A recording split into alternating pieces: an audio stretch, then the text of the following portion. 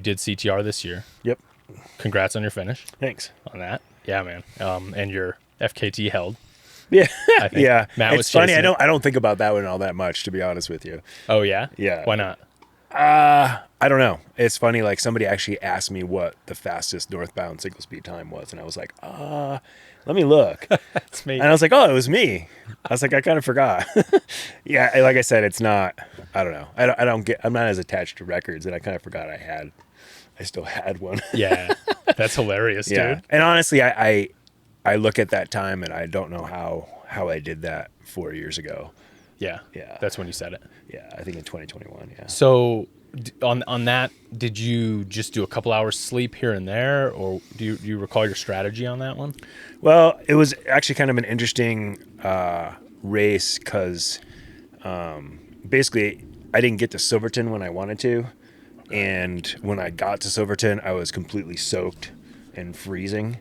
So my plan was like, I literally like had that Mike Tyson got punched in the face moment of like, what am I going to do? Yeah. I didn't think I have enough food to make it to Buena Vista. That was before Cathedral was really in play. Right. And so I was kind of stuck in Silverton, not knowing what to do. I was soaking wet. I was cold. I was already wearing all my clothes. And I didn't make it to Silverton before it closed, so I couldn't get any food. And I didn't want to go up to top of Stony Pass being wet and cold. So I just like kind of sat there for a little while, and I called my wife, and she's like, I don't know, figure it out. Like, she's like, you're not going to drop out, are you? I'm like, oh, I guess not. Yeah. So I guess I got to figure it out. So I found a little place to sleep in Silverton for a few hours. And then I was like, well, I think I got enough food. I'll just go for it. And so I did. And then from there, I had a great race. Everything just kind of clicked. I was able to sleep just enough. I think I was doing like an hour and a half to 2 hours a night. And but yeah, I guess I just was super motivated after that. And like I put in some really good times. And like, again, I reflect on it. I'm like, wow. Yeah. I was really motivated. Because at that point, I had a 2-year-old. And I wasn't getting any sleep. And I really wasn't riding that much. So like I said, I look back and I'm like surprised that I was able to go that fast. Yeah. You were like, and that time. Yeah. Yeah. Yeah. Wow, it's impressive. You know, I can tell riding the Gunny Loopy Loop, and for the folks listening, we just did the Gunny Loopy Loop. Yeah. And I did half of it. okay, yeah. So and apparently this year was slightly easier than last year. Yeah, last year I made it kind of ridiculous. Yeah. It was pretty ridiculous this year. I mean, I can easily tell how when you normalize this kind of riding, how you can do as well as you did on something like the CTR. Right. Because it just reminded me, because I did the CTR last year, and southbound, and I mean I was messed up for weeks after that. It like kicked my butt bad. You know, I finished, but and this was like a compressed version of that. Yeah. Is what it felt like. I would say, yeah.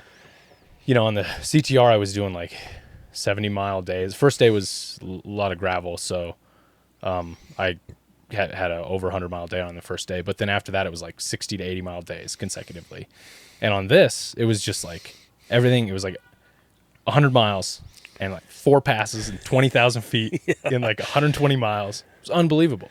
Yeah. Just like pass after pass after pass. It's intense riding, yeah. Dude. At one point in the first day, I was like, I don't know what was giving me like a time sense, but I was like, what day is it? And like I kind of felt like an additional 12 hours had transpired because we had covered so much ground. Yeah. And I think that's like, it's kind of hard to describe in a race or a ride like this where like it's such intense riding that like every chunk feels like an experience in and of itself.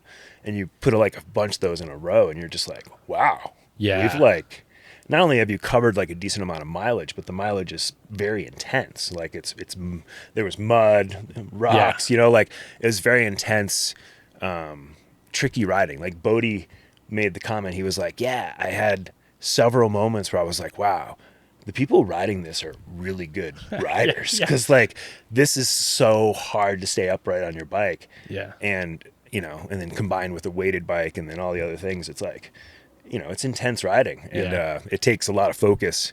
But yeah, it was a cool moment to be like, wow, it's only been a day. Yeah. You know, and I'm like, that's so cool. Yeah. Yeah. It's so psychedelic in that sense. It really is. Yeah. The time, and I've talked about this a lot, and I really do think that ultra endurance events of any kind, running, multi-day stuff where you go through like sunsets and sunrises consecutively and everything gets all mixed together, you know? It's just like you're going through these periods of time that are like time slows way, way, way, way down. Yeah. And then it speeds way up. Yeah. And you'll go into this sort of I was listening to a podcast on the drive over here about hypnosis and the scientific kind of backing to hypnosis and how similar it is to flow state and meditation. And it got me thinking, like, dude, I think we're hypnotizing ourselves out there. Yeah. Because weird things happen. You get into these weird semi-psychedelic states where you're descending this chunky stuff and you kind of just there was so much of it on this course. There was so much like chunky single track, dude. I can't even like, to tell someone to articulate to someone how much single track there was and how much chunky just like beat downs there were over and over again. And then when you weren't getting beat on the way down, you were getting beat up on the way up. And then there was the wet and the cold. Yeah. And apparently it was colder this year than last year. It's always a little cold. I swear Labor Day, like a switch is flipped and the temperatures just get so much colder, especially in the high country. But Taylor Park and Spring Creek was really cold. Was that the lowest point on the route, Taylor Park? It's one of the low points. It's always a cold area. Was it like the long road riding or gravel roads? Yeah. Okay. Yeah. Yep. Yeah. Bodhi and I were together at that point. And we were our feet were. It was so nuked. cold, and my feet were frozen. Well, all those giant puddles. Yeah. I think the rain. I mean, I think there's often puddles in Taylor, but I think because it had rained so much those 2 days before, it was very wet. Yeah. Coming down into 10 Cup. Yep. Yeah, What down was Napoleon that Pass. Yeah, Napoleon Pass. Yeah, Napoleon was a mess. Sloppy, just sliding all over the place. Just couldn't keep your feet dry, and then that was mess. right before dark for us, and so our Right. feet never dried out. Yep. We kind of were stuck together on and off there for a bit, and our feet just didn't dry out, and then it just got cold and it got tough, dude. And I was like, why didn't I've been in cold, wet races before, and I usually wear waterproof socks, and I just don't know why. I don't fucking have any idea why I'd impact those, dude. I would have given a left nut for that. Yeah. At some point in the last 48 hours. I've often finished the Loopy and like been like, okay, everything was okay except for my feet. Yeah. Yeah, because that's the thing. Like I can carry the gear to keep everything else comfortable, but my feet is definitely a struggle. Yeah. I think everybody deals with that. And I think it was just wet enough that like that exacerbated how cold it was. I think if we had dry feet, it wouldn't have been that big of a deal, but I think we were all soaked. Yeah. How about your hands? My hands are great. Yeah, do you have like waterproof covers or anything like Just that? gloves, Okay. like some Gore-Tex And they riding keep gloves. dry enough and warm enough. Yeah, they're pretty great. Yeah. Honestly, yeah.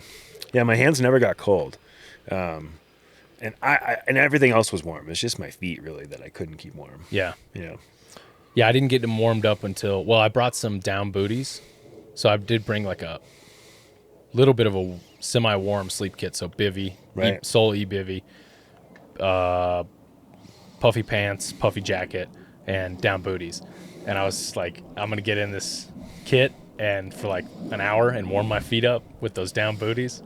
It didn't do shit, dude. Really? It did not do anything. They were just as cold when I got them out. That's sad. Yeah, they didn't warm up until the sun comes up. Once the Yeah. sun comes up, everything. Well, even at that, the morning I was out there, the sun was up for a good like hour and a half, and I was warm, but my feet still felt like stumps. Yeah. Yeah, that's how cold they were. So, where did you drop at? I dropped at Cement Creek Road. Okay. Yeah, so down Dead Man's, on the switchbacks. Okay. Switchback descent. Yep. I don't really know the.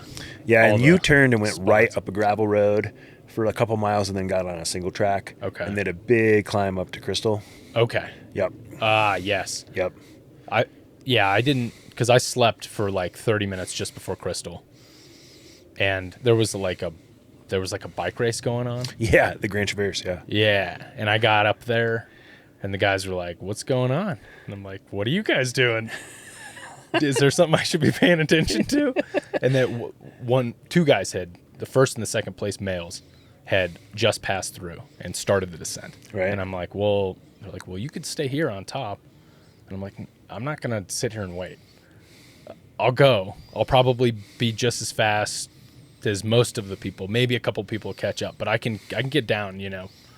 So I got in between the second and third place person, Right. and tried to, you know, be as respectful as possible and stay out of the way. It's hard to like listen for those people when they're ripping behind you. But then as you got down lower, there was tons of other stuff going on. Like Right. I didn't feel too Yeah. bad about getting in the middle of their race, you know. I mean, shit, we were in a race too. Yeah. Or like a big group ride. For anybody who's counting. Yeah. I thought about that at one point. I'm like, I think we might bump into them. Yeah, I was dead in the middle of it, man. That's funny. Did you get passed by many of them? One, the Oh, first place shit. female You passed got me. passed by one guy? Yeah, the Yeah. first place female, and she was ripping, dude. She was I bet. I think she set a course record. really, I think so.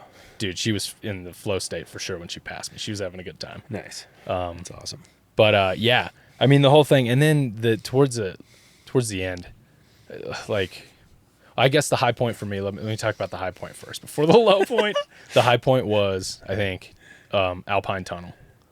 That climb Yeah. was incredible. Isn't it?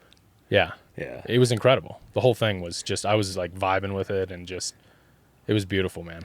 And all the passes, you know, I'm not used to this kind of riding. Right. Like we have one pass in Flagstaff. You know, and we did how many in the first 100 miles? Oh gosh, I don't even know. Like 4 or 5? At least more than that. It's unbelievable. Yeah. Like, and so when you do this, do you do this kind of ride? I mean, is that like a day, like a big epic day ride for you? I mean, I used to do a lot more bigger rides, and yeah, I would ride all kinds of crazy stuff. Yeah. Yeah. And that's how I got to know a lot of the route. I mean, because I change the loopy loop a little bit every year. Yeah. Kind of tweak it a little bit, and I do it often off of the experience of doing the race that year, and all the riding that I've done, and I've ridden so much back there. And yeah, it's also like, you know, keeping track of what's good and what's not good, Yeah. and trying to balance that out. But yeah. Some of that stuff at the end, towards the end. What Yeah. are you doing to us, man? I know. I know. It was either that or like a flat gravel road. And I was like, yeah, I'm going to make us do single track. Dude, it wasn't even, some of it like didn't It's really cow trail. exist. Yeah. I mean, there was a part where I just was pushing through aspens, and they just kept getting, the little baby aspens just kept getting caught on my bar ends, just over and over and over for like 2 hours. You know? And then there was a part where I felt like I was like having my own little mini loop situation going on, where I felt like we had turned, I got super disoriented. Yeah. And I felt like we had turned around, and we were like it felt like I was doing a bridge over a spot that we had just gone, when really we had just kind of gone on a big arc. Right. But I literally, I got completely turned around last night. And I think that's when I decided to take a sleep, because I didn't sleep. I took 30 minutes in the first 40 hours, and I was getting kind of weird by the end of it. Yeah, I was going to say, that sounds like a pretty familiar experience. It's like when your brain just can't make sense of where you've even been. Yeah. Yeah, that's I've heard usually a that good sign to sleep a little bit. Right. Yeah. Visual Yeah. hallucinations and confusion, directional confusion. Oh yeah. That was kind of my cue. Yeah. Like, No, I mean that sounds like 2 nights of no sleep. Yeah. Yeah. I've only done that once before, Right. too. And It gets really, really weird. Yeah. so what's the weirdest? Give me the weirdest The you've had. weirdest? Yeah. Like, what's the weirdest disorientation or hallucinations or... Probably 2012 CTR going south, and I didn't sleep. I don't really remember the stretch, but I didn't sleep for a really long time at the end. And I mean, I thought I was somebody else for a little while. Like, I started thinking about somebody I knew, and like I just started thinking more and more about him, and then all of a sudden, like, I was like thinking from their perspective and getting like super weird. Disassociating. Yeah. Like And then like having all kinds of other like visual weird things going on too. Like, yeah. I think what happens is like your eyes see things, but your brain isn't interacting with the energy at the same time, and you get this little lapse, and like your brain makes up what happens in between. Like you see, like, you know, because you like, you know, when you like cast your eyes through the forest, your eyes see shadows, but your brain kind of fills in the blanks, you know? And that's when you're like, oh, I just saw a dinosaur. You know what I mean? Like that kind of weird stuff. You're like, what did I just see? And it's really just like a lot of times your eyes just playing tricks on you. Right. But it's amazing what your brain will fill in the blank when your eyes don't see it. Right. And that's where, like, again, when your brain's not functioning correctly, it starts to really fill in the blanks with some weird stuff. Yeah. But yeah, that was, it was a weird, and then like I snapped out of it at some point, and I was just like, whoa, what am I doing? And I was hell bent on trying to go sub 4 days.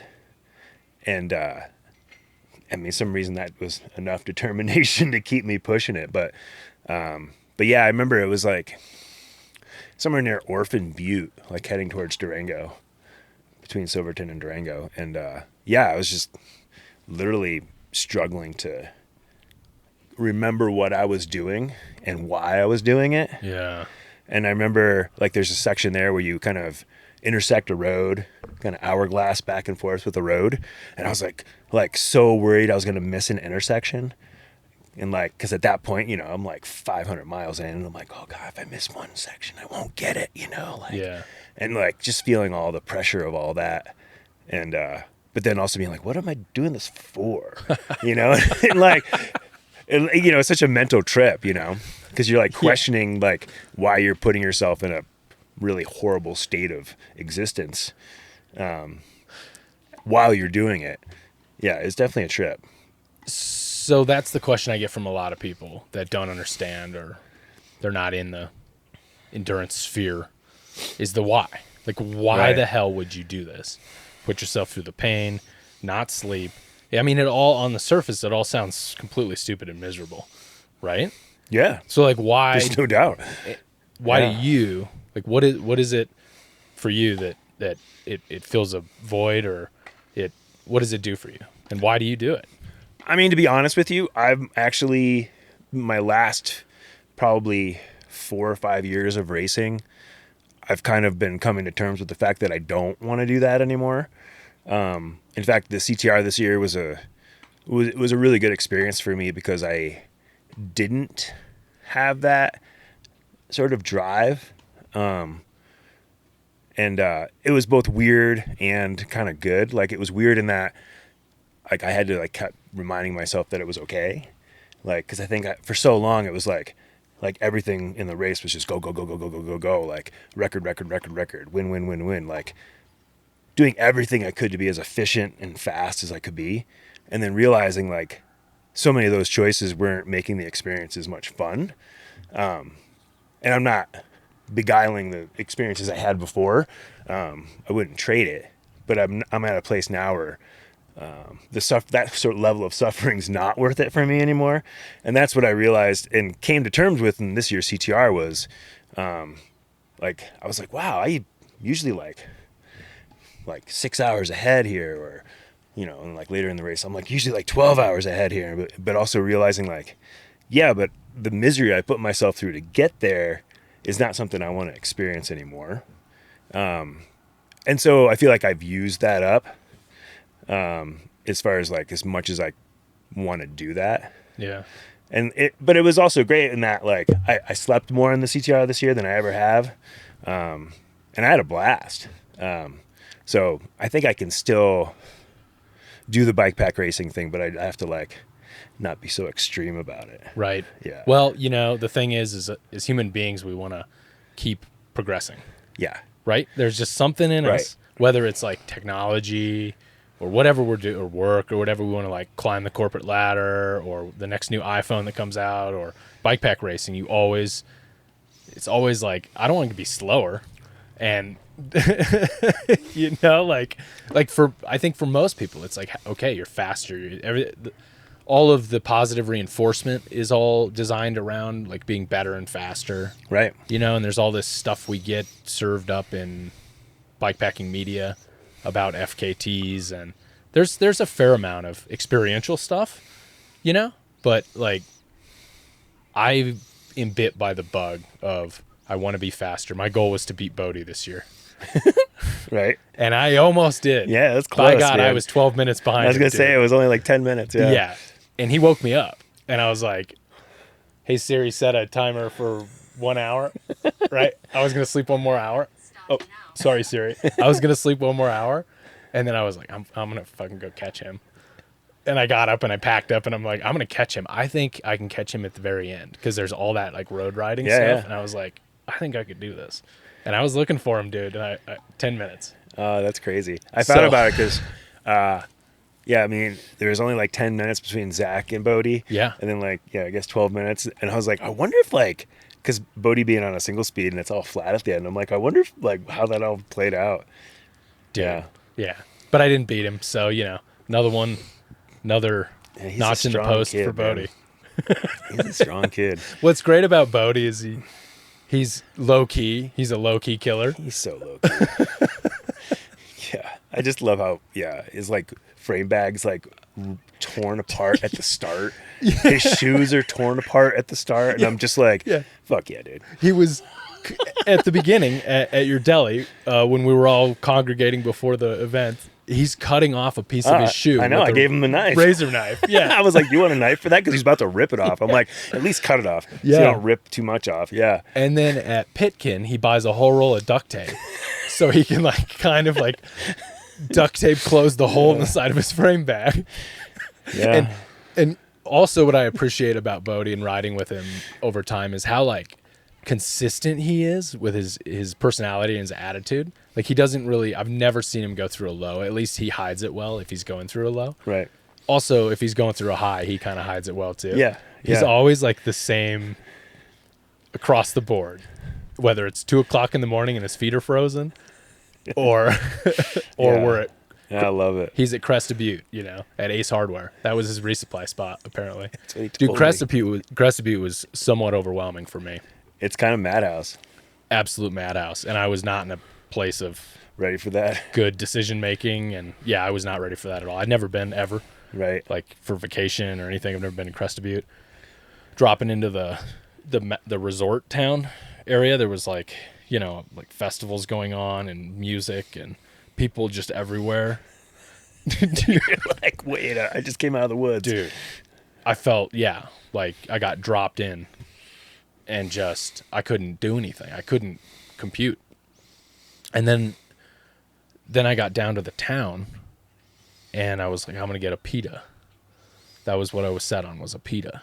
And there was like a farmer's market going on. And they had the whole downtown area closed off and it just was fucking chaos. And I couldn't get food here.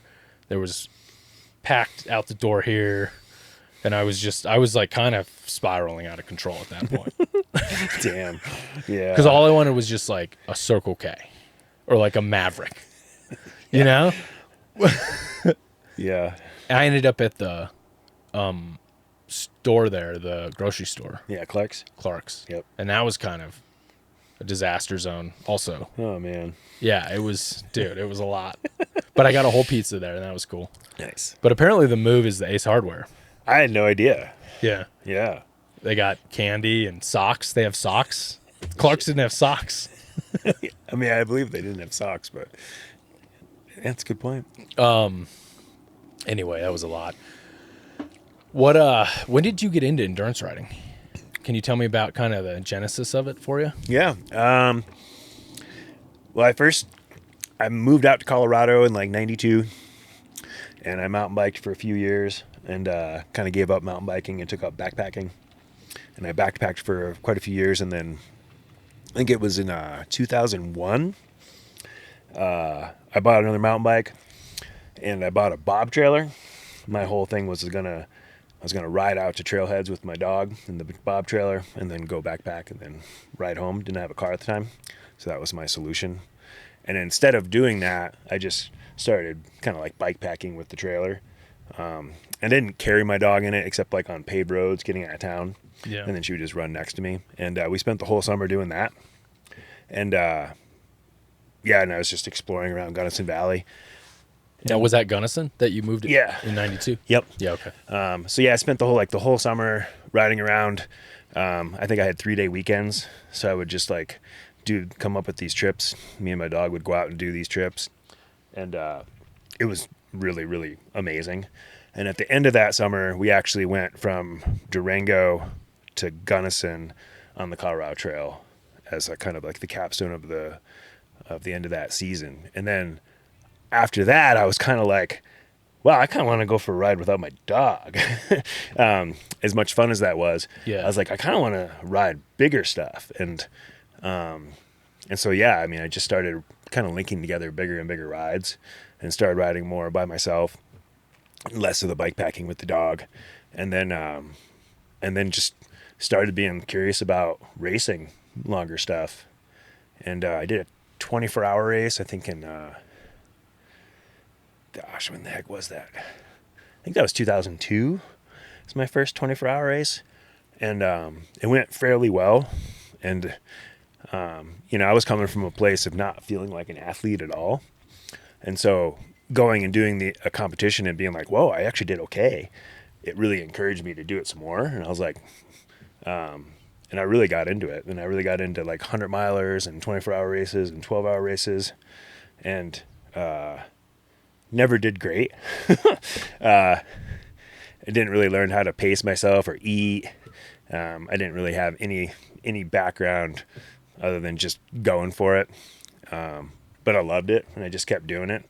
And then started hearing more a little bit about bike pack racing, like the Tour Divide, or I guess it was the Great Divide at that point. Yeah. I think in 2005, it was Kiriak and Pete raced it.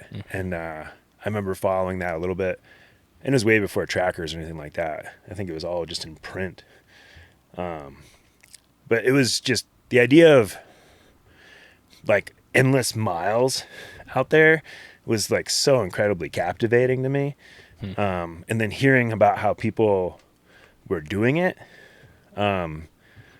made me feel like trying to do it too.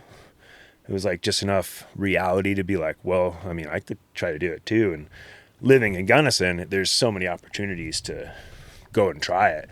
And also plenty of temptation to go different places. Yeah.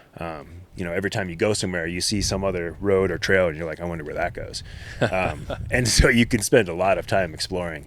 And I just never satisfied that trail going on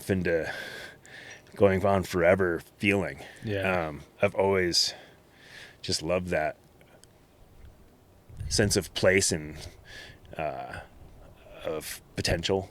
Yeah. And endurance riding just got more and bigger and bigger and bigger as bike pack racing started becoming more of a thing and route starting coming up. And once I heard about the Grand Loop race, I was like, all right, let's go try it. So in 2006, I did that. And I went into it like thinking like 360 miles self-supported. I'm like, that's insane. And like Mike Kiriak was like a hero of mine at the time. And I'm like, and I didn't think he was human. Like he's doing stuff that's not human. At the time when he did the Great Divide with Pete, like they were doing like 155 miles a day. And I was like, how is that even possible? Yeah. And I just didn't think it was possible. And so I started getting into it and started doing it. And I'm like, it is possible. Yeah. And I got really addicted to that. Like, wow, I can do these like crazy things if I try and I, really focus. And I just got addicted to that. This episode is brought to you by Embark Maple. It's just good energy for endurance sports. We've all been there, the dreaded bonk out on trail. And when that happens to me, I take a swig of this 100% organic and tasty maple syrup, and it brings me back to life. I'm so proud to be an ambassador and have them as a podcast sponsor. So check them out at embarkmaple.com and use my promo code EMBARK20 for 20% off. And I couldn't wait for the next thing. Yeah, and then 2007 was the first CTR, and And yeah, it's just like, it was so incredibly satisfying for me. Just going out there and giving it everything you had and feeling tested and getting through it. It was, it felt really, really fulfilling. And, yeah, it's like, that was like 20 years of my life pretty much. Just chasing that. Chasing the dragon. Dude, it's a dragon. Yeah. Like, Yeah. It's for me personally, it's a replacement for an addiction. Right. Unequivocally. Like, I'd be, if a few things in my life went a different way and I didn't make a couple of really big mistakes that were eye-opening events for me, I would be in a completely different place. And bike pack racing has supplemented that personality type. Right. And when people ask me, so to go back to my original question, when people ask me why I do it, it's pretty simple. It's because I'm addicted to it. You use the word a couple times. I have an addictive personality for sure. I've talked about it on this podcast before that it's just like replacing an alcohol addiction for me, 100%. Right. And it's almost like the same arc. Like a bike pack race is like the same arc as when I would go out and party for like a day or two and disappear. I go out and like now I do this crazy thing. I don't drink enough water. I'm fucking like You're delirious. I'm doing crazy shit. I'm getting all the dopamine. I'm delirious. I'm not sleeping. Like the adrenaline is running high for a long period of time, right? Because there's such high consequences, especially in stuff like this, where you gotta.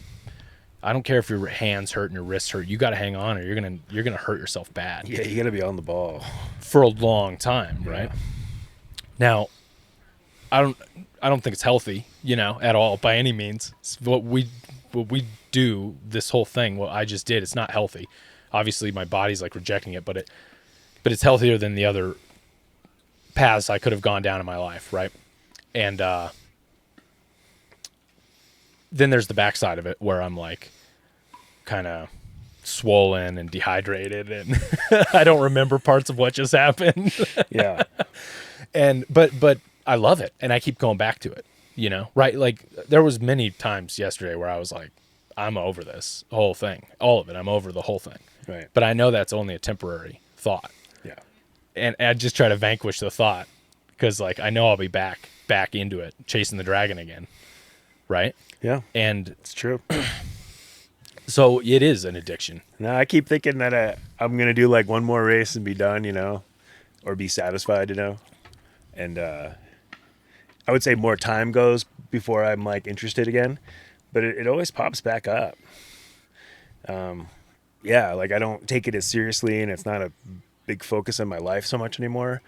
But yeah, like this year with the CTR, it's like I got an opportunity to do it. And it's like, I'm going to do it. Yeah. Like, and yeah, I mean, I think it's not a bad thing. No, it's definitely not. I mean, this is like, it's a whole lifestyle though. Like you're in it 100%, you know what I mean? And you have been for a long time. Like, I don't want to stroke your ego too much here, but you're like one of the guys on my Mount Rushmore of like bike pack racers. Like how you saw Mike Kuriak is like how I see you, when I think we started the Arizona Trail Race in 23. I think you did the 800 that year. No, I did it in 21. 21. Yeah, I don't think I haven't been back since then. Really? You won it that year, yeah? Yeah, that was 21. 21. I think that was 21, right? No? I think it was 23. Oh my gosh, do I really not know what year? You're right. It was 23. It was 23. 21's when I did the 300. Yeah. Yeah. My dates mixed up. Yeah, 23. Yep. Because I did the 300 in the same year. Right. And then watched everybody do the rest, and that's been on my list for a while. But I just was like fascinated by. It's like, how's this guy? Is this guy superhuman? God, that was a hard race. I Yeah, I did not have a good headspace in that race, and it was a struggle, like pretty much the whole time. Yeah. Yeah, I just wasn't super motivated, and I was like kind of forcing myself to be motivated and like forcing myself to be in the zone. Like I wasn't really hungry for like pushing myself that hard, but I like felt like I had to because that's what I do. And yeah, it was a tough ride for me. Yeah, I felt like I kind of like had to represent myself as the fast guy, and I think I went into it just tired and a little bit burned out, Yeah. and had to like force that to happen, kind of. And for that long of a race, Dude. it was a toil to keep that going. Yeah, because you were on your custom, or you were on the Jefe frame, Yep. right? The Revel, Yep. or the Might have been brand. Y still at the time. Yeah, but Y. It was a Y Cycles. Yeah, Yeah. before they, and it was like there was some pressure there. Yeah, yeah. From And the I mean, I outside. think a lot of that's just self-imposed. You know, they've never put any pressure on me to like do anything per se. It was still there. But I mean, you know, I think, like I said, a lot of it's just kind of that ego, not wanting, like you said, nobody wants to go slower. Right. And and yeah, like I showed up to that race and I was like, I want to win this, you know, and I really wanted to set a record. And yeah, it was kind of a disaster of a ride, to be honest with you. Seriously. Like it's funny that because people are like, wow, good job, you won, and I'm like, you don't understand how hard that was and how unwinning of an experience it felt like. I felt like I fell down a couple notches in my life during that ride. Whoa. With 40 miles to go, I shit you not, I called my wife and said, come get me. Oh, no way. I was like, I am so fucking done. And she was just like, no, I don't even know where you are. And I am not coming to get you. You have to finish. You only have 40 miles to go. And I was like literally crying. I was like, please just come get me. Wow. I am so done. And she was just like, no. She's like, you got yourself into this, yeah, bucko. she's like, no, I'm not coming to get you. And I was just like, okay. You're somewhere in the middle of the North Kaibab. Yeah. Like 40 miles out. You're like in the And middle it was of nowhere. so cold. Yeah. And my water was frozen and I was out of food. Yeah. And I like didn't want to sleep, even though that's what I needed to do. Because I just didn't want to wake up and have no food and water. And like, I was just so over it that I was just like, I have to just power through this. But it was long enough that I just couldn't keep powering through it. And so I just kept taking little 10-minute naps. Yeah. And it was a struggle to get to the finish. Yeah. That was one of the hardest races I've ever done. Yeah. It was. Was it the weather variables or just the amount of time on trail? Amount of time on trail, like I said, and a lot of it was my mindset. Like I said, I just didn't have a great mindset. Yeah. And every time something would go wrong, I would just be like, ugh, like, instead of like just dealing with it. Yeah. And I was just like, come on, I'm just trying to win. Like, come on, you know, like just a little bit of mercy here. And it's like, no, it's the Arizona Trail. You got to freaking sack up and get it done. Yeah. But, and like I said, I just was, I was unable to tap into that as well as I usually can. Yeah. And I just had to like kind of struggle through it. Yeah. Yeah. Well, it's done now. It is. Yeah. and I want to go back and do it again. But it probably won't be like racing. Yeah. Yeah. So who knows if it'll happen anytime soon. Yeah. What's your thoughts on all of this like FKT stuff happening? So John Schilling just on this last Arizona Trail race kind of got rid of FKTs really altogether. There's like no ability for people to chase FKTs now on the Arizona Trail because he just kind of keeps like a table because of all the changes that constantly happen. Right. The FKT culture is interesting across the board. Like on CTR, I think, did Nicolette just set the women's FKT? I believe so. Yeah. And Time and Fish still has the men's. Yep. And so what are your thoughts on that, particularly with some of the stuff that happened on the Colorado Trail Race last year? There was some like going-ons with Justinis and the rule set. Right. And I don't know if that was for an FKT or not. I think that was more like Triple Crown. That was Triple Crown. Yeah. Yep. So I'm kind of going in two different directions here. So let's just stick to the FKT part. What's your thoughts on that? Like FKTs in general and what John's doing with the Arizona Trail Race? I mean, FKTs are tricky. As a racer, I think that they're very motivating and they give you something to focus on.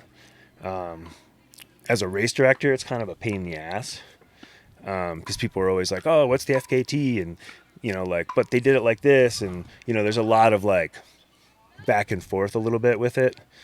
And, but it is part of it. I think what John did is really smart, especially with the Arizona Trail, because it's changing constantly, much more so than the Colorado Trail. Like the route's changed, I think 3 times over the Colorado Trail's history. Whoa. But That's only 3 major route changes. Yeah, that's nothing. Since 2013, it really hasn't changed a whole lot. Wow. Other than just a tiny bit of tweaks here and there. I would love to get it off pavement and do some more tweaks to it, but I don't know if that'll happen anytime soon. Yeah, FKTs are tricky. Yeah. I think it kind of goes with competition in that, you know, competition has a lot of benefits, but sometimes competition brings out the bad as well. And I think FKTs can kind of do the same thing in that sometimes people cut corners when it comes to just try to be a little bit faster because people get so focused on the time and less so on why there might be the rules in place that they are. And so it gets a little bit weird. But at the same time, it's fun, you know? It's, I mean, I would be, sure. I would be totally talking out my butt if I didn't say I spent a lot of time looking at other people's times and like trying to figure out if I could beat it or how I could beat it. And I think that, again, that fits into the sport and it does help motivate you. And I think that's the thing, like for me, I think that I got so stuck in the speed oriented mindset that I wasn't able to step out of it. And I think that's the thing. I think if you're able to step out of that mindset, even a little bit, I think it gives you just a little bit of perspective and you'd be a little less do or die. Yeah. Yeah. A lot of people, though, have made a living on bikepack racing, more so than ever. Now, there are people that are sponsored that have to win in order to get a paycheck. Yeah. So that's going to be motivating even more for all kinds of things. Like, once money gets involved, things can get dicey. For sure. People can do things that are, you know, unethical or breaking rules in this weird, like, fucking everybody's just making up their own thing rule set. Like we talk about bikepack racing rules. This part kills me as like a co-race director on something too. That like people are like they expect it like there's some big governing body that sets forth all the rules, right, and we all subscribe to this thing. For sure. And it's just people like you and me deciding we're going to put together this thing and then invite people to go try it. And that's like it. That's all there was to it. And then it gets all spun up into these fucking articles online. Oh, yeah. No, and I mean, the rules have always been a quagmire all along. Yeah. I mean, and that's what came up with Justin this last year was he was going off the Tour Divide rule. Right. Where you could hitchhike and then return to the spot where you left the route and return. Right. And continue on. And didn't realize that the rules were different for the Colorado Trail. Like he had that assumption that like, oh, endurance race rules are like this or whatever. Yeah. Dude, I was and I was like, oh, you know, like I was like, yeah. So I was there, I was like on course, and this guy Dylan DeSaro was telling me about it right before Buena Vista. He was like, oh yeah, Justinas went off and hitchhiked. And I'm like, I don't think you can do that. Because I read, I like am one of those types of people that just extensively reads every website, right? And it was on there. Yeah. It was, you know, it was a couple layers deep, but it was there. Yeah. Like, and I clarified that afterwards, and but no, it's hard. Like I said, like there's people who, and that's the thing. I'm the same way. Like like if I was going to go do a race or an event, I would memorize the rules. Like, because I just want to be 100% clear that I'm doing what's supposed to be done. Yeah. I'm in the ethos of whatever's going on. And so it's always shocking to me when there's people who are like, oh, I didn't know that. And you're like, wow, you don't read all the rules. Okay. Like Right. it's definitely interesting. Right. So it's just the level of, I don't know. To me, it was also kind of shocking that somebody didn't delve that much into the rules, especially when it only takes you 5 minutes to read it. Yeah. It's not like Stinus a ton of research. he's a free spirit, though. Yeah. You know what I mean? Everything. I've never met him. I'd love to meet him one day. He seems like a really nice guy. But he just seems like a free fucking spirit. Yeah, I would agree. He has that aura. Yeah, Yeah. like it seems like And he's just fast as fuck. he's European and he's fast. He's so fast. And he's just like he's just, if he loses an extra light battery, it's no big deal. You know, like if it just falls out of his bag, it's no big deal. He'll figure it out later. You know what I mean? He's got that personality type, which in bike pack racing, I'm the opposite personality type. Right. Everything spirals if it's not. I have a real hard time being mellow. But let me ask you this about the rule thing. I've toyed with this idea of this unified rule set idea. Like, what if there was a group of people that, like a governing body almost, that created like a unified set of rules for bike pack racing, and there were people on the board that agreed to it from a variety of different, you know, groups in and out of the bikepacking world, and bike pack races could subscribe to that centralized rule set. They could just like defer to that Right. for their own. Do you like that idea? Do you think it takes away from like old school bikepacking culture? Like, does that cringe when you hear that? Do you No, I cringe? mean, I don't necessarily cringe. I mean, I guess it's one of those things where like, I mean, I don't know. I think about this sometimes because I'm like, well, how long am I going to be the race director of the CTR? Like, how long do I want to do this? And then I'm like, well, who would I pass it on to? You know, and you're like, whoa, that sounds crazy. Like, you know, and I don't mean to say that in like a way of like controlling it so much as, you know, steering it in the right direction at the same time. Like, and I think having a committee would be a great way to do it. And I think that if I was to pass the CTR off, I think I would try to do it with a couple of people or a handful of people to kind of run it. Yeah. To get a balance of opinions. And I think there's some validity to that thought. I know that me and Schilling often bounce ideas back and forth as far as rules go and mirror each other to some degree. Matt Lee obviously does kind of a little bit different. And I think that's one of those things too, where like, you know, would the committee take into effect that the CTR has a no car rule? Because I think that would be a big change in the rules. Yeah. And that's just where it's like, it gets hard to be like, oh yeah, someone else can make that decision. Yeah. Well, it would have to be voted on. Right. And I think so there's somewhat of an unofficial group of people kind of influencing each other's decisions. To some degree. I mean, I can tell you right now, I take a lot of my decisions for opinions from John Schilling. Right. Like a lot of our stuff with registration and how we set up, structuring the front end of the race, the organizational end, I take from Schilling. Right. Because he's really good at it. Like, yeah. He makes very like rational, practical decisions when it comes to that stuff that kind of cover all the bases. So, but yeah, I think more than one person for sure to do a bikepacking race is a no-brainer. Like doing pinions with two people is so much easier. I bet. Dude, it's so much easier. Yeah. I mean, well, I don't know what it was like without two people. I've only been doing it with Dana, you know? But, yeah, I don't know. It seems like there's some old stick in the muds about bikepacking. There's like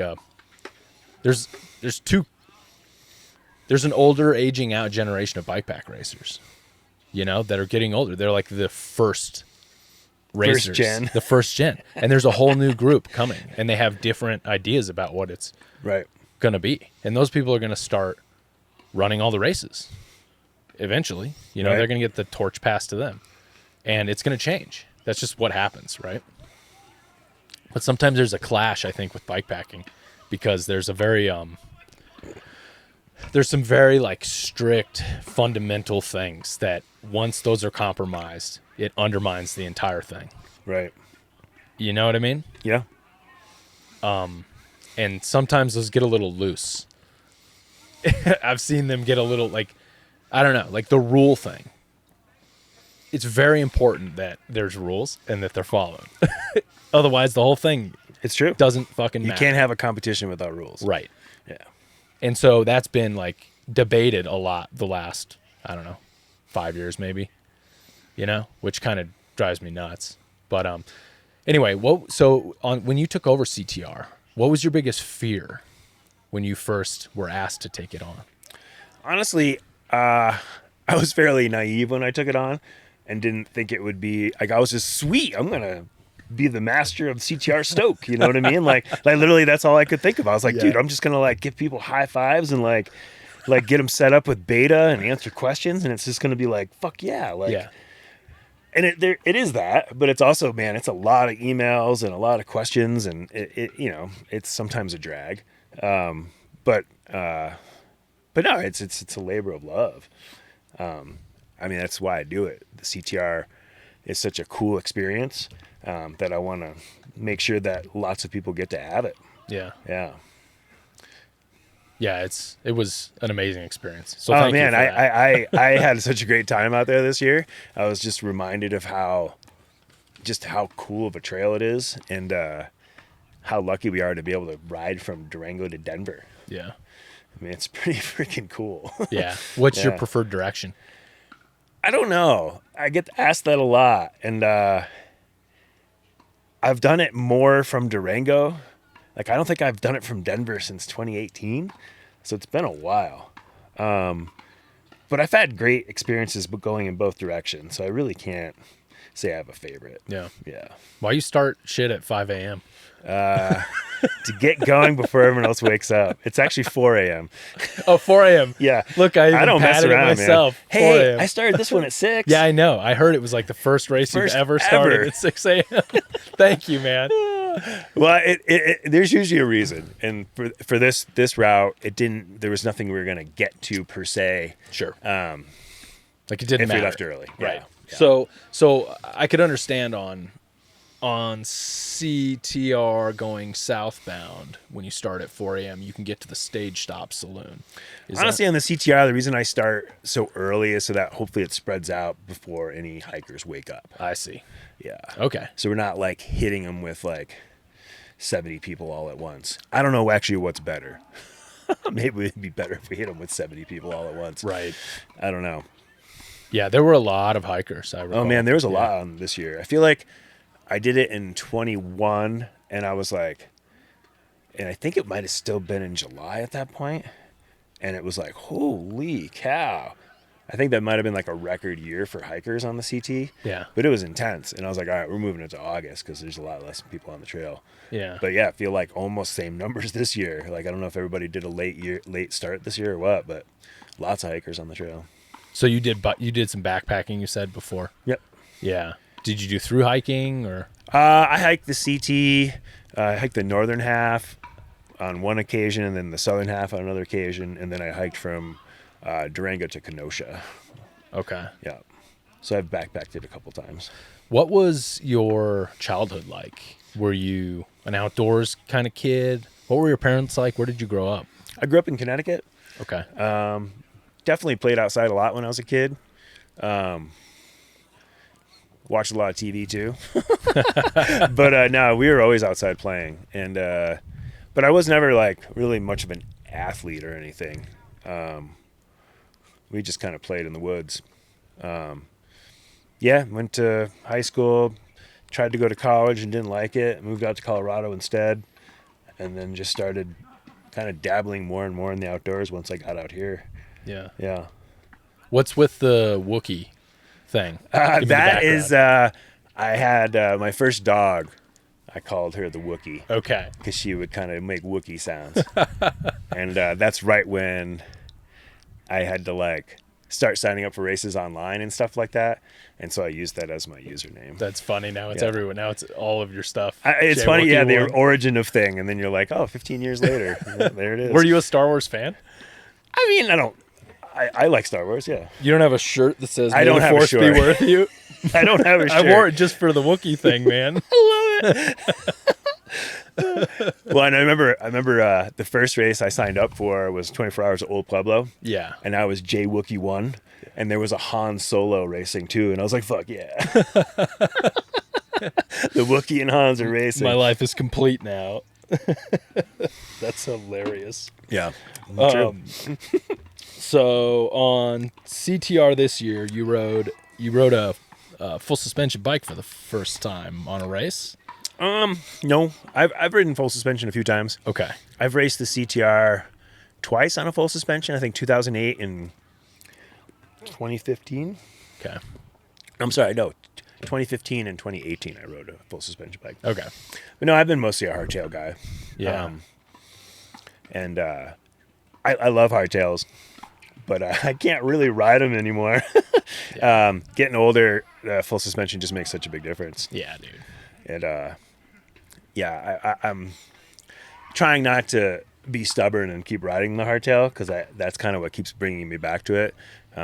But riding the full suspension was just so much more fun this year. Yeah. Yeah. Single speed on both, right? Or Yeah. on everything. Yeah. And you have I saw you had some makeshift derailleur that you had made into a tensioner. Yeah, I took out an 11-speed derailleur and attached a Paul Melvin cage to it. Okay. So you just kind of cobbled it together. Yeah. It works great. Yeah. Solid. Yeah. I mean, I lost my chain once, but it was mostly because it was so muddy. But CTR didn't give me any trouble.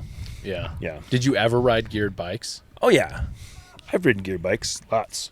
I mean, I think I've only got 3 finishes on the CTR with a single speed, so it's mostly been on geared bikes. Okay. Yeah. I would say the last, probably the last 5 or 6 years, I don't think I've done anything on a geared bike, bike racing wise. I've kind of gotten stuck on the single speed. What am I missing on not riding a single speed? It's such a good question. Why do we do it? Yeah. I don't know. I've had this thought. It's just it's perfect. I don't know.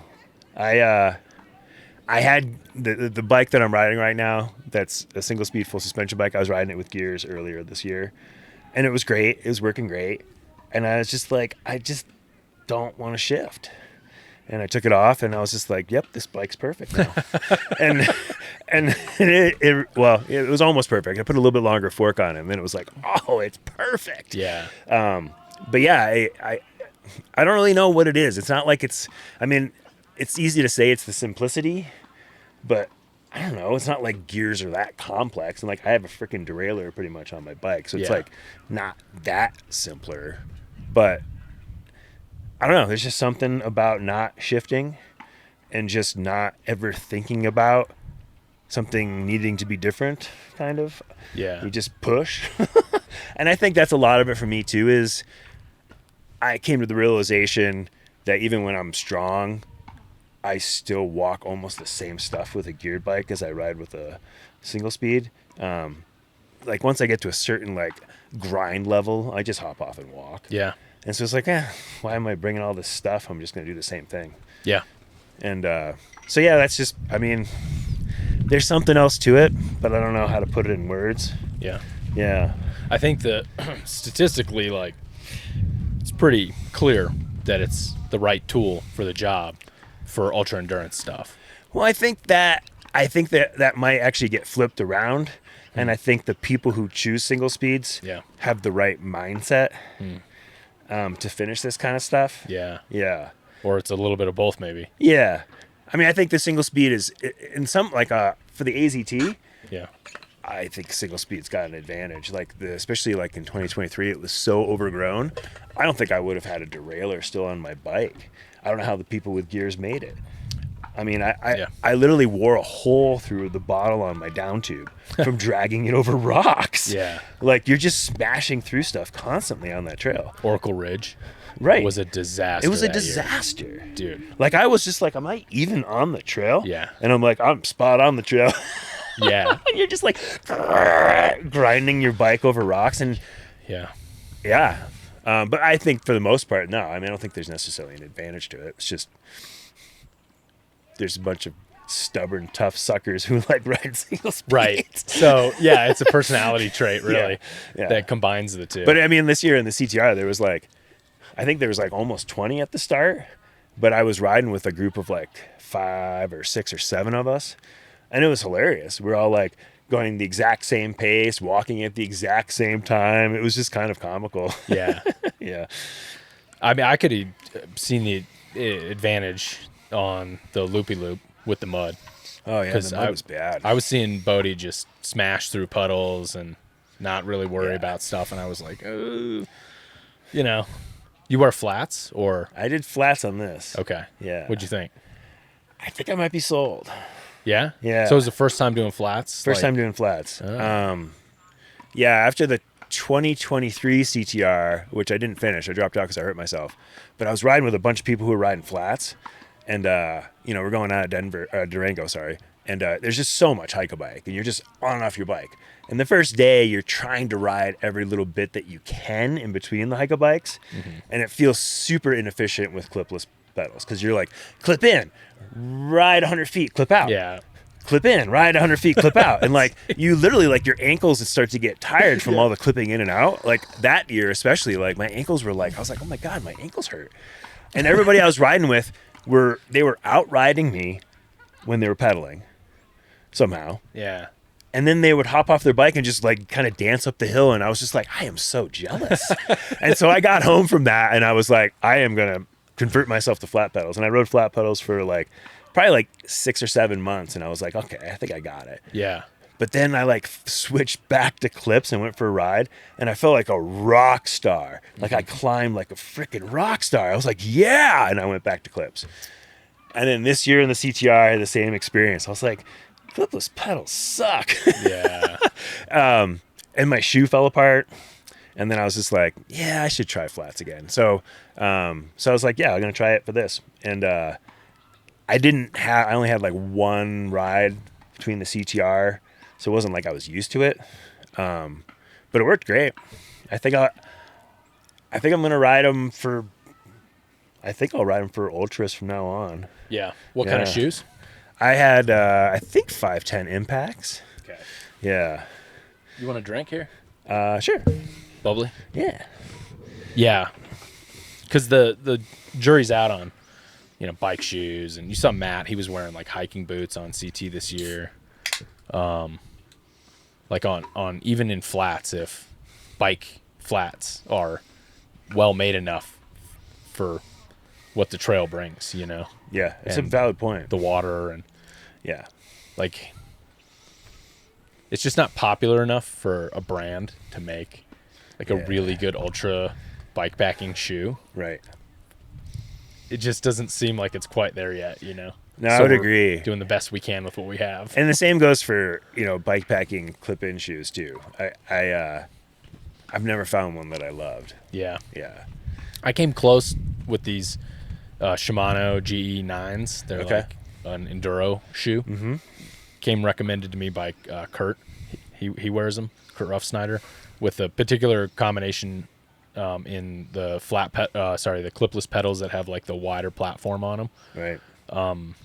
It gives you a little more stability because I have a lot of really bad like nerve pain where the cleat sits, and I got it really bad on CTR Right. with some different shoes, like really, really, really bad.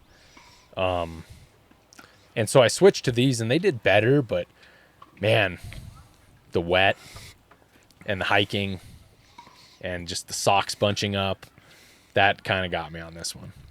Oh yeah. Well, and I think the other thing is cycling shoes, typically they just don't have much padding Yeah. or cushioning. Yeah. It's just like a plate and your cleat attached to it. So when, pounding all those rocks. It just goes right into your feet. Yeah. And I think different shoes, like running shoes, hiking shoes, or even flat pedal shoes, have a little bit more going on in there. So they just kind of absorb a little bit of that energy. Yeah. A little bit less direct transfer into your foot. This episode is brought to you by Squirrel's Nut Butter. They make adventure anti-chafe lube and healthy organic restorative skin salve. I don't leave home without it when I go on an adventure. I think it's the best in the business, and I am proud to be an ambassador. So check them out at squirrelsnutbutter.com and use my code ENDURANCE20, all caps, for 20% off. But who knows? Yeah, no, I think it's flats. If you can, my only problem is I guess I'll get used to this if I ride them enough. I just am not, I don't have the pedal awareness like I do with Clipless. Yeah. Like I can just pull something around and get out of the way from a rock, you know, where last time I rode flats, which I just did I call it a duathlon. So it was like 100 miles, you know, the Arizona Trail from Flagstaff to Tucson to the South Rim. Mm-hmm. So I rode it 100 miles and then I left my bike and I ran it back 100 miles. And I wanted to do it all self-supported. That was the difficult logistical challenge, was there's like no water out there. So having enough water for the way back was challenging. I had to carry extra water on the way out on the bike and drop it so I would have it on the way back. Yeah. Right? It's not like this place where it's fucking water every 5 seconds. I know. Dude, I kept getting low, like my capacity of carrying just kept getting smaller and smaller as the race went on. Well, it was so cold. You're like, I don't need to drink any water. Yeah. Well, and I started with 3 liters and I was like, what am I doing? Like, I need maybe 1 liter. Yeah. Maybe. And there was a dude that started that had 1 bottle. Wow. The dude that won. Really? Yeah. You stayed with 1 bottle? I think so. That's all I could tell. He had no backpack on and 1 bottle. Wow. So there was only 1 stretch that I would see that could have been problematic. I don't remember when it was or where it was or what mile it was, but I remember there was 1 long stretch without water. But anyway, so on this double thing where I ran and then I rode and then I ran, I didn't want to bring 2 pairs of shoes. So I wore my running shoes with flats. And that was the first time I'd been back on flats in a long time. But I had these like giant boat Hoka, you know, like 250-mile running, like huge boat cushions. You know what I'm talking about? Like the big old thick soles. And it took a little getting used to, but it was not bad. Right. So, but my only problem is when I get fatigued, I kind of like leave the pedals out. I'm not as disciplined and then start to clip rocks. And when you're, you know, that could be real bad if you're not paying attention. It can be very bad. And it's very late at night. Yeah. And you definitely have a little bit more of a pedal presence there. Yeah. I was surprised. I didn't smash them that much. And I've had a few experiences descending where I felt like I couldn't keep my feet stable. Yes. But in general, I didn't really have those experiences this time, and it felt pretty positive and connected. Yeah. I definitely pulled my foot off the pedal on the upstroke a few times. Yeah. Where I was still trying to get that upward stroke from being clipped in. But now, for the most part. Is that a technique thing? Yeah. I mean, you should be pulling up. That's kind of the idea with Clipless, is you get the pull up. You're not just smashing. Yeah, but I mean with flats, like, is it a technique to...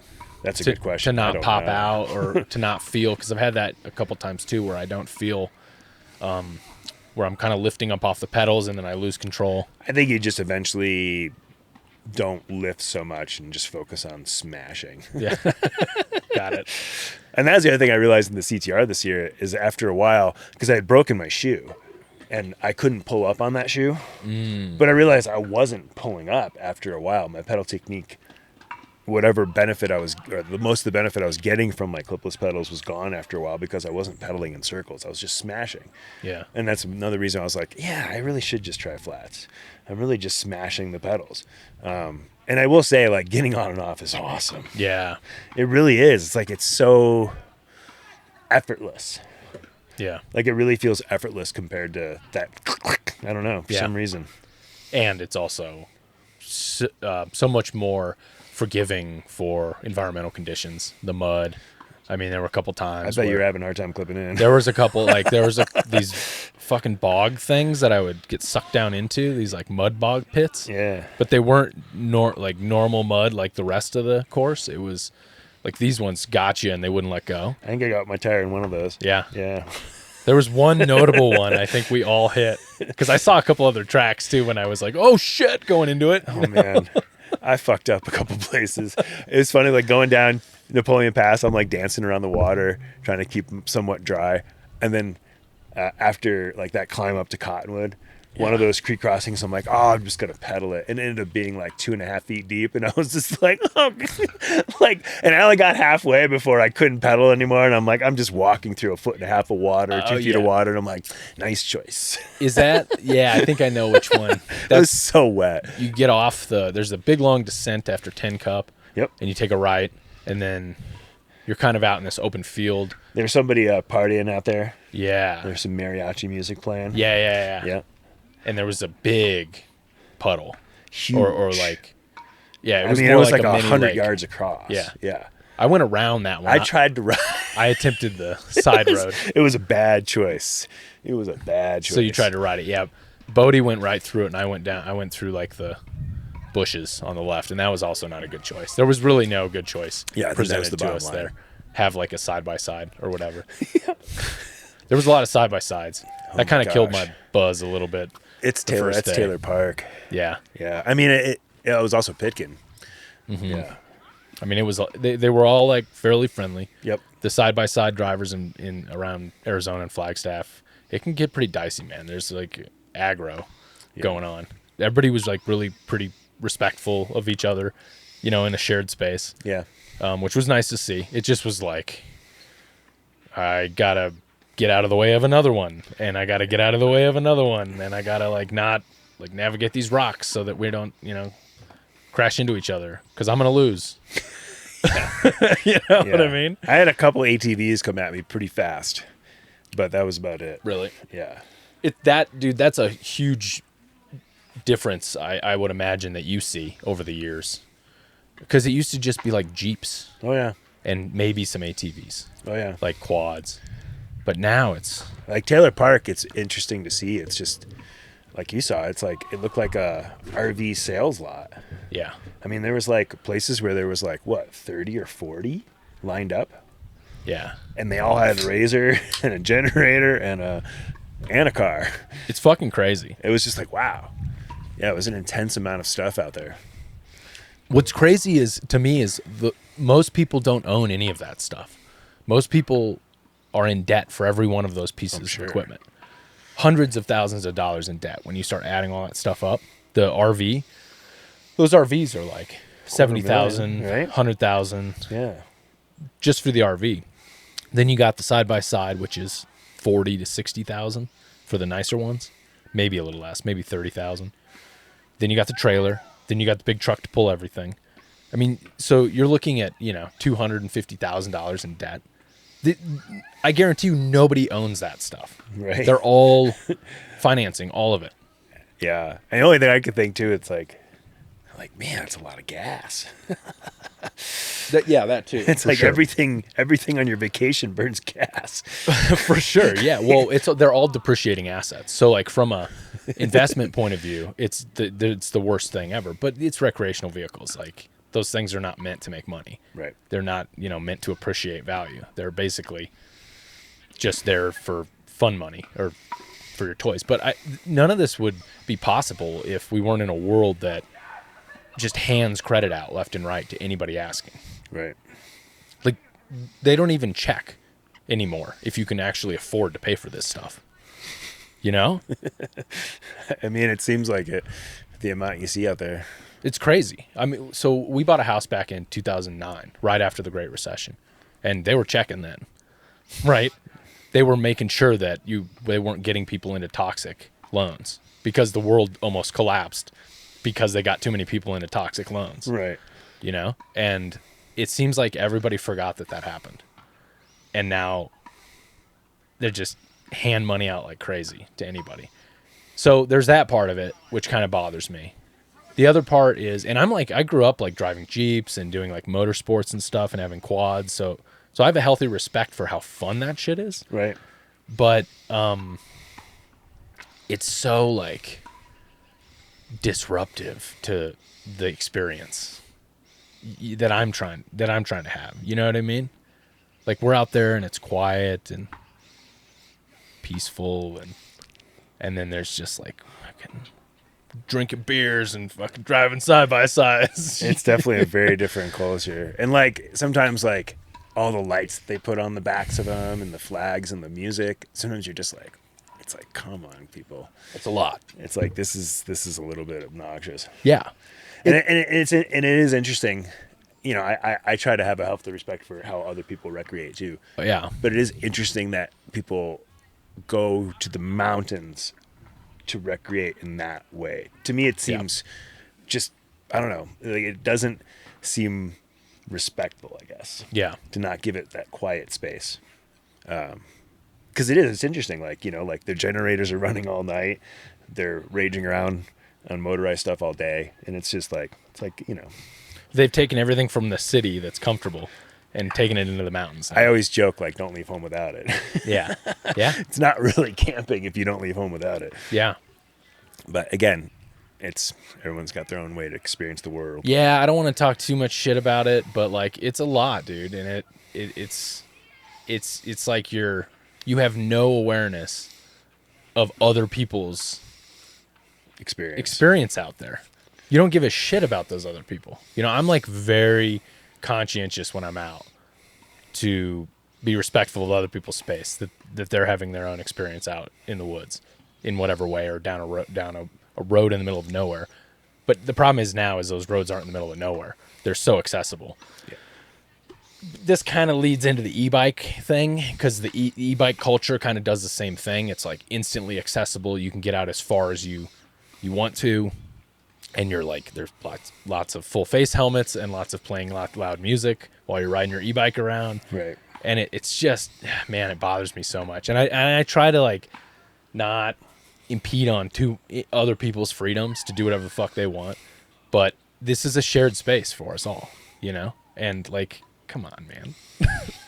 But then I don't want to say anything because I'll get my ass kicked by not the e-bikers, but well, maybe the e-bikers, but definitely the side-by-side guys. Yeah. You know what I mean? You're definitely walking into a bar fight there if you like say the wrong thing. So yeah, you know, but I don't know, man. Yeah. You didn't bring a sleep kit on this? Yeah. Did I hear that right? It was one of those wonderful ideas I had. Dude, it's your race. I know, right? I was laying down to sleep. I slept. I was only out there one night, but I laid down to sleep and I was just laughing at myself. Like I was like wrapping things around my feet. Like I tied the waistband of my shorts all the way tight and then put my feet in through the bottoms of my shorts just to cover my feet. Right. And I was just like, and I mean, I have this bivvy that's like 150 grams or something. Yeah. I'm like, what are you thinking? Not bringing that 150 grams. It was like, I don't know. I had this like crazy romantic thought of like, yeah, I'm just going to sleep on the side of the trail in my rain gear and just shiver bivvy the whole way. And then I got out there and was like, what the hell? I'm not going to do that. So yeah, that's the romantic desire versus reality right there. Oh my gosh. Yeah. I definitely regretted that. Don't leave home without your bivvy. My bivvy keeps me so warm and cozy. I don't know why I didn't bring it. Yeah. Yeah. I heard one time Max Morris on CTR only brought like a window shade thing. Is this right? I think that might be like one of those foil window covering things. Oh, That's yeah. what he used to cover himself. Right. I've never like been able to directly corroborate the story with him, but one time on the AZT 300, I brought a Mylar bivvy. Yeah. And it had been in my pack for so long that when I unfolded it, all the creases cracked. Oh yeah. And so it just was just a pile of garbage. And I was like, sweet. And so I just slept the first night in my clothes, and then I got the Tucson and I bought a thing of trash bags. And I slept the rest of the race in a trash bag. Oh my God. Yeah, true story. Kept the sweat in, I guess. Kept the sweat in. I think that's about all it did. All honesty, it made me sweaty and sticky. It was scented too. That was probably the worst part. The scented trash bag. terrible idea. Oh man, that's hilarious. So I read your blog Okay. that you write. And man, you write some heavy stuff on there. I'm not going to go into all of it. Folks can check it out if they want to. But there's one particular part that I thought was really interesting. And it was about asking for and receiving help. And I just want to read this segment. Is that okay with you? Yeah, sure. I have just a piece that I pulled out of here. Because I think there's something here that's incredibly important. One of the biggest challenges for me is asking for and receiving help. Somewhere in that past of mine, I got to very strongly reinforce that I have to do it all myself. No one else is safe or reliable. What an obstacle I've created and defended all my life. No one is an island in this universe. Yet I insisted to myself and anyone in my life that I was. It seems daunting to even consider this in a reality, much less take it on and deal with it. That was yesterday for me. I was feeling suffocated and unable to rise up in order to breathe. As impossible as it seems in the moment to grow through this, all it took was reading and reflecting to get a slight perspective shift that opened the doors to possibilities I didn't see before. So I think there's a lot of layers in this. The one thing that I thought that really resonated with me on this is this idea of, in bike pack racing, you get so wound up, spun out about we all collectively, about self-supported and how important it is to be self-supported.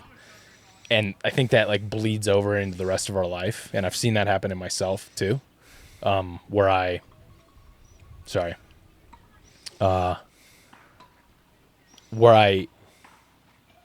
am so independent, it's at a fault in the rest of my life. For sure. With my relationships, with my family, that it's become problematic in my life, and I've had to look at it and be like, this is great over here in bikepacking. Yeah. But this is not great when I'm trying to maintain a relationship or be successful at work or whatever. So thanks for putting this out in the world, because I think a lot of us probably struggle with this sort of thing.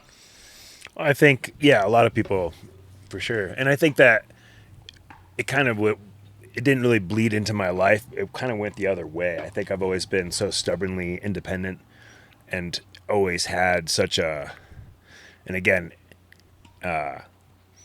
just learned through life to I had to do it all myself. And so when I got into self-supported bikepacking, it was whoa, this was made for me. Right. I don't want anybody's help. I don't need anybody's help, and to the point where I used to do a lot of rides and refused to resupply because I just didn't even want to interact or take anything from anybody. It was just no, I want to be as take the even higher level of self-sufficient, just in it, again, it was just reflective of where my brain was. And I think that's a great thing to do on occasion, but it's not a great way to live. Yeah. Yeah. And I think that, that's something that I've really been trying to deal with, is not being so isolated, not trying to be a rock, not trying to be an island. Why are we this way?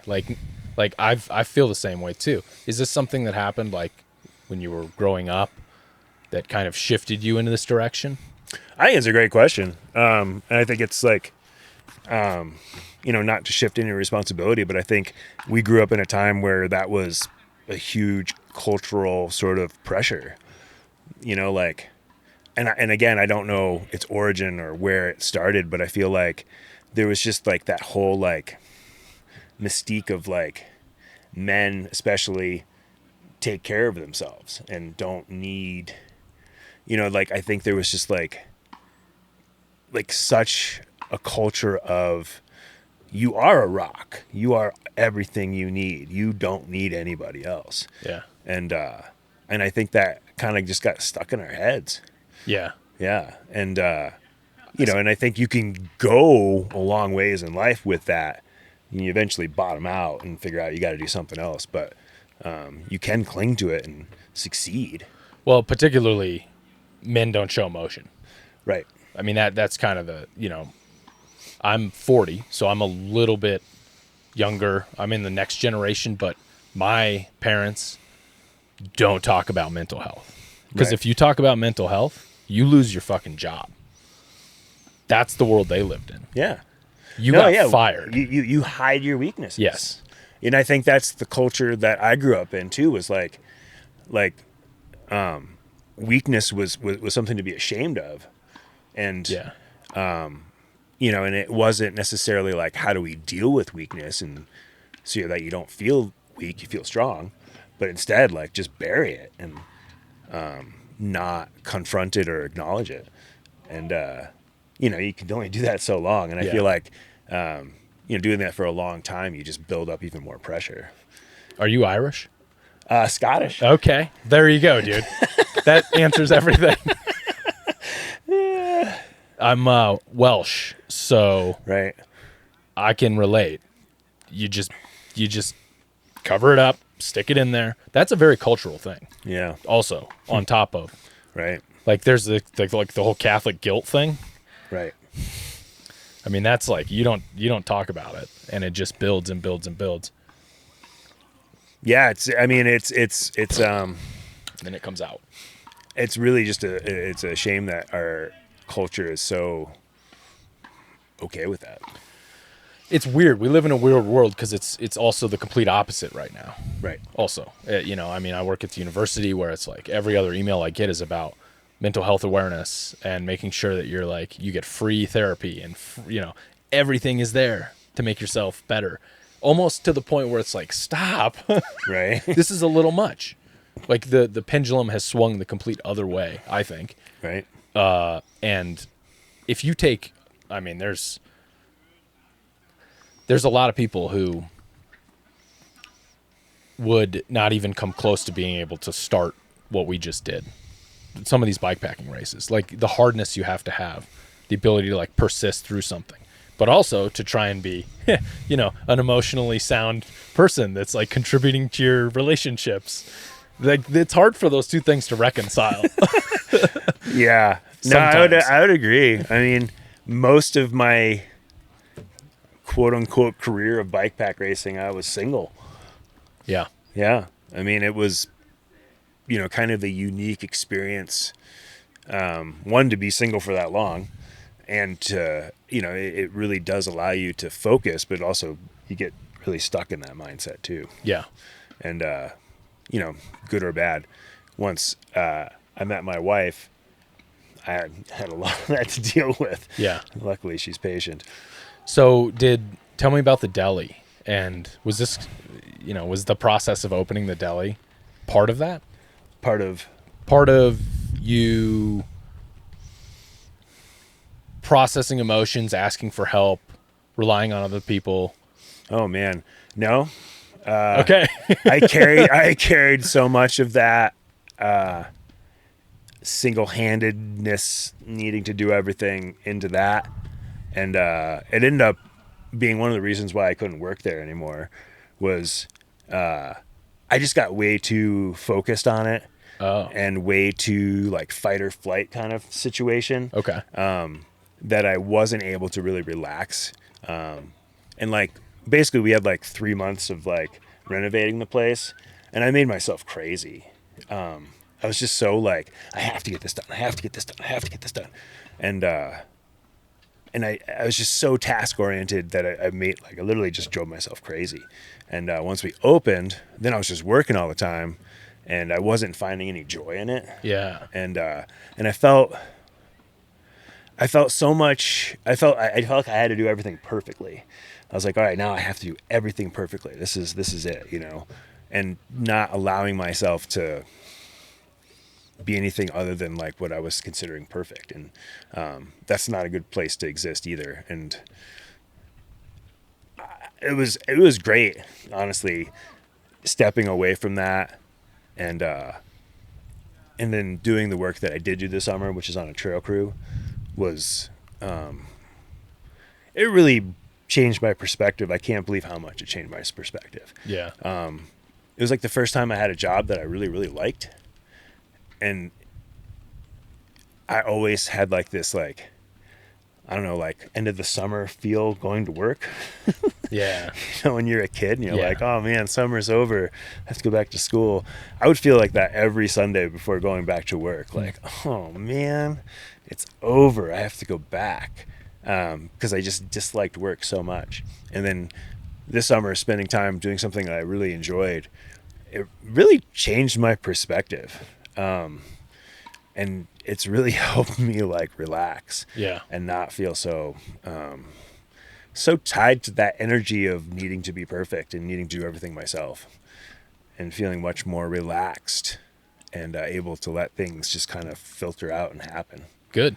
Yeah. That's good. It's huge. Yeah. I didn't know that. I thought you still worked there. I didn't. No. I didn't. Yeah. Yep. And then like I felt like I carried that through while I was doing the CTR this year, and Yeah. it really, I don't know, it just felt so good to be out there doing it, but not burying myself like I usually do, and feeling okay about that too. Yeah. Was it felt so good. Yeah. Yeah. It's awesome. Yeah. All right, man. Let's do a couple. I'm gonna bring back the rapid fire segment. Rapid fire. Just for you. A few select questions here. Okay. You spend a lot of time out in the wilderness, and have you ever seen any paranormal shit? Aliens, Bigfoot, anything wild? I've seen some weird lights in the sky, Okay. but that's about all. Yeah. Darn. I know, right? Most people that spend time out in the wilderness say the same thing. Really? Yeah. Huh. Yeah. That's interesting. They don't see shit. Yeah. No, I mean, yeah. So what were the weird lights? Describe those to me. Oh, I don't have a clear, specific memory. Yeah. Other than I know that I've like been like, what is that? And like had enough time to watch it to be like, I don't know. Right. Yeah. Yeah. Do you believe in aliens? I don't disbelieve. Yeah. Yeah. You think they're like visiting us in that way? Seems possible. Yeah. I mean, it's a real hot topic right now. Is it? You know? Yeah, it is. In my circles, apparently. Yeah. Okay. Next question. Who do you look up to in bikepacking? Oh man, who do I look up to in bikepacking? I mean, I look up to everybody who's out there doing it, to be honest with you. Yeah, I mean, I've had lots of heroes in the past, like I've mentioned Mike Kiriak and John Stamstead and stuff. You know, Ref Snyder's still amazing. Yeah. But really, like this year in the CTR, it was like such a community feeling. We had a meet and greet the night before, and the vibe was like so cool. Like every time you turned around, there was somebody else there that you knew or wanted to say hi to. And then that carried on to the trail. And I got to ride with some people who their energy and stoke was so genuine and just beautiful. It was like, this is why right here. Yeah. It was so cool. Like, so yeah, I mean, I think my heroes are the people who get out there and do it. Yeah. Because that's the thing I think that's really important about this sport too, is that it's not just about the FKTs and the people going fast. It's about everybody's experience out there. Because this year in the CTR, it was my slowest CTR ever. But it was one of my best experiences. Yeah. And that's the thing. All these people are going out there and they're having these amazing experiences. And we don't hear about a lot of them because they're not FKTs or anything like that. But they're still awesome. Right. Hey, I got to get my dog out of the rain. Oh, yeah. Hang on. We'll come back. We'll be right back, folks. It's starting to rain. Next rapid fire question. What's the worst water source you've ever drank from? Ooh, that's a great one. 2011 Tour Divide. Me and Ref Snyder are going through the CDT. Oh, actually, we just finished the Gila. And I thought there was water at the infamous soda machine at the Beaverhead Work Center or something like that. And I didn't think I guess there is water there. I didn't think there was water there. And Ref Snyder actually slept there thinking I was going to wake him up. But I skipped it. And I ran out of water in the Gila. And he caught up to me. I was out of food, out of water. We were riding. It was so hot. And we got on that little hike-a-bike. And we finished the hike-a-bike, and we're doing the little section just before Pinos Altos. And I've been out of water for like 8 hours at this point. And there's this tiny little spring that's running water for like 2 feet. Yeah. And there's a bird literally dying in it. Like I'm not even saying this with drama. It's like lifting a wing and like falling in. And I fucking dipped my bottle in there. I put 2 things of iodine in it, and I drank it right then and there. And Ref Snyder's like, dude, and I'm like, I don't care. And I sat down, and he's like, dude, don't sit down. You won't get up. I'm like, I'll get up, I promise. And but yeah, that was the worst and most. I was like, I might die from this water, but I don't care because I'm so thirsty. Yeah. Yeah. But yeah, that was the most. And I've drank in some really disgusting water, but that was the scariest. Yeah, dude. Yeah. The bird was dying in it. I swear to God. It's hilarious. Okay, last question. One piece of advice you'd give to new endurance athlete. Oh man, one piece of advice. Don't be angry. I think it's a really easy thing to do to like kind of ride angry and use that energy to kind of fuel yourself. And it's not necessarily like, you know, the worst thing to do, but I think if you stay in that zone too long, you get kind of dependent on it, and then you like almost need to be angry to do it. And I think being happy is so much lighter. Yeah. And better for the long term. Yeah. Yeah. I think that would be my biggest thing of advice. Nice. Yeah. Cool. Ride happy. Great advice, man. All right, so if people want to check you out, jwookie1.com. That's me. Is your website. Yeah. With all your cool bikepacking races. And really, by the way, the Gunny Loopy Loop is a very like happy, fun sounding name. And it's pretty much the complete opposite of, it's deceiving, let's put it that way. So you know now, you know. Dude, yeah. Also, you're on Instagram, same handle? I think it's JWookstar. JWookstar. Yeah. Yep. And you rep Revel Bikes? Yep. So shout out to Revel. So Jefe, thanks for being you, man. Yeah. I appreciate you doing the podcast and everything you've done for the bikepacking community. It's great to be here. And I love the bikepacking community, and it is a lot of work sometimes doing this stuff. And but then you, like I said, you get to see the stoke on people's faces and feel the stoke, and it's a beautiful thing to be a part of. So I'm happy to keep contributing. Yeah, man. Yeah. You're a legend. So whether you think you are or not, you're a legend, man.